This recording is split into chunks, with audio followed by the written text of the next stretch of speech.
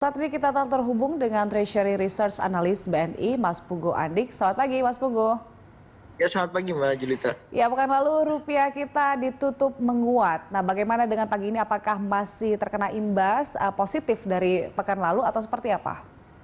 Ya, mungkin kalau kita bicara hari ini gitu ya, tadi pembukaan memang rupiah juga cenderung datar gitu ya, masih bergerak antara level antara 10 sampai 30, 14.410 sampai 14.430 gitu ya. Karena memang kalau kita lihat memang sentimen corona secara global juga cenderung kembali naik gitu ya, bahkan Sabtu lalu kenaikan corona secara global tuh di atas 700.000 kasus gitu ya, meskipun dari dalam negeri sangat bagus sekali.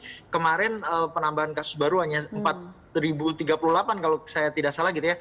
Ini merupakan level terendah gitu ya sejak Desember tahun lalu. Ini memang cukup positif. Namun kalau kita bicara kemarin gitu ya, di dalam negeri ada teror bom, terus Ya, tadi pagi juga ada kabar kilang minyak yang meledak gitu ya. ya. Ini bisa menjadi sentimen negatif untuk pergerakan rupiah. Jadi mungkin kalau kita bicara pergerakan rupiah hari ini ya mungkin masih rentangnya masih sama dengan di Jumat lalu gitu ya.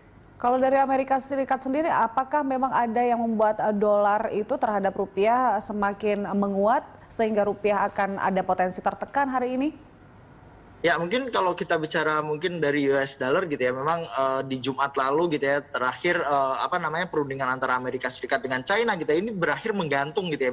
Dari pihak Amerika Serikat sendiri mengatakan bahwa mereka belum akan menghilangkan gitu ya, atau mengurangi gitu ya tarif impor yang dikenakan kepada barang-barang China gitu ya.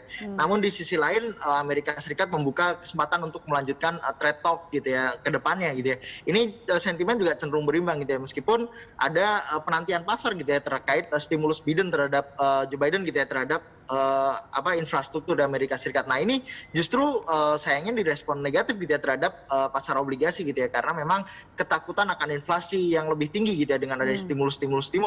Ini yang membuat akhirnya pasar obligasi cenderung tertekan, dan ini mungkin akan berimpact terhadap pasar obligasi dalam negeri, sehingga ada mungkin potensi capital outflow yang mungkin akan membuat rupiah akan sedikit tertekan pagi ini, namun mungkin nanti closing akan kembali ke level tidak akan jauh lah dari level Jumat lalu seperti itu. Baik, berbicara soal inflasi juga kita akan mendapatkan data terkait dengan inflasi pada pekan ini.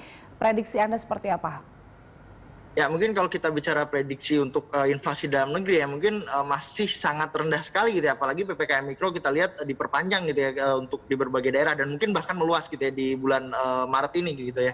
Dan mungkin kalau kita bicara inflasi, mungkin untuk year on year akan berada di level 1,4 sampai 1,5% gitu ya year on year, dan mungkin kalau month on month masih akan di bawah 0,2% gitu ya untuk inflasi sendiri yang akan rilis tanggal 1 nanti gitu ya. Baik, Mas Pugu, nah ini Gubernur Bank Indonesia kan meminta perbankan untuk ikut menurunkan suku bunga agar aktivitas ekonomi bisa lebih baik lah, diharapkan seperti itu, pelaku usaha akan semakin bersemangat untuk kembali beraktivitas begitu. Nah, menurut Anda apakah memang saat ini bank itu mengapa bank itu belum mau untuk cepat bergerak mengikuti suku bunga? Ya, mungkin kalau kita bicara kenapa perbankan gitu ya, akan ada banyak sekali alasan. Mungkin dari sisi BPK mereka memang juga sudah mulai mengalami penurunan gitu ya, meskipun mungkin ada beberapa dana gitu ya yang mungkin memang jangka panjang, dan itu suku bunganya sudah di lock gitu ya di suatu nilai gitu ya. Itu yang mungkin membuat transisi ini akan sedikit lambat gitu ya. Dan mungkin di sisi lain juga perbankan masih melihat bahwa untuk menyalurkan kredit ke sektor real ini masih memiliki resiko yang cukup tinggi, sehingga memang suku bunga kredit ada premi resiko di situ ya, sehingga mungkin suku bunga kredit akan sedikit lebih tinggi gitu ya, meskipun ke depannya mungkin dalam waktu sekitar 2 atau 3 bulan lagi kemungkinan besar suku bunga kredit juga akan mengalami penurunan, dan ini memang impactnya diharapkan sangat positif sekali terutama ke sektor real seperti itu.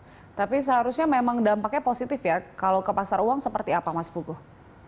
Ya, mungkin kalau kita lihat di pasar uang, memang di pasar uang justru sudah turun lebih cepat gitu ya, karena memang dana-dananya juga tenornya pendek gitu ya, kecuali untuk secara bank wide. Kalau kita bicara bank wide, mungkin ada banyak dana mungkin yang dari deposito yang dengan jangka panjang gitu ya. Inilah yang mungkin suku bunganya sulit diturunkan, sehingga mungkin suku bunga kredit akan ada delay di situ seperti itu. Baik, nah ini kan kita sudah mau masuk ke bulan puasa Mas Pugu. Nah ini bagaimana prediksi Anda terhadap pergerakan rupiah kita sampai akhir pekan ini? Ya, mungkin kalau kita lihat sampai akhir pekan mungkin rupiah masih akan sideways gitu ya di awal pekan. Nantinya setelah rilis data inflasi kita lihat mungkin rupiah akan sedikit bergejolak gitu ya, tergantung rilisnya apakah sesuai ekspektasi atau di luar ekspektasi pasar gitu ya. Dan kalau memang rilisnya sesuai ekspektasi atau mungkin bahkan lebih baik dari ekspektasi, ini mungkin ada potensi rupiah mengalami penguatan setidaknya di tengah pekan hingga akhir pekan.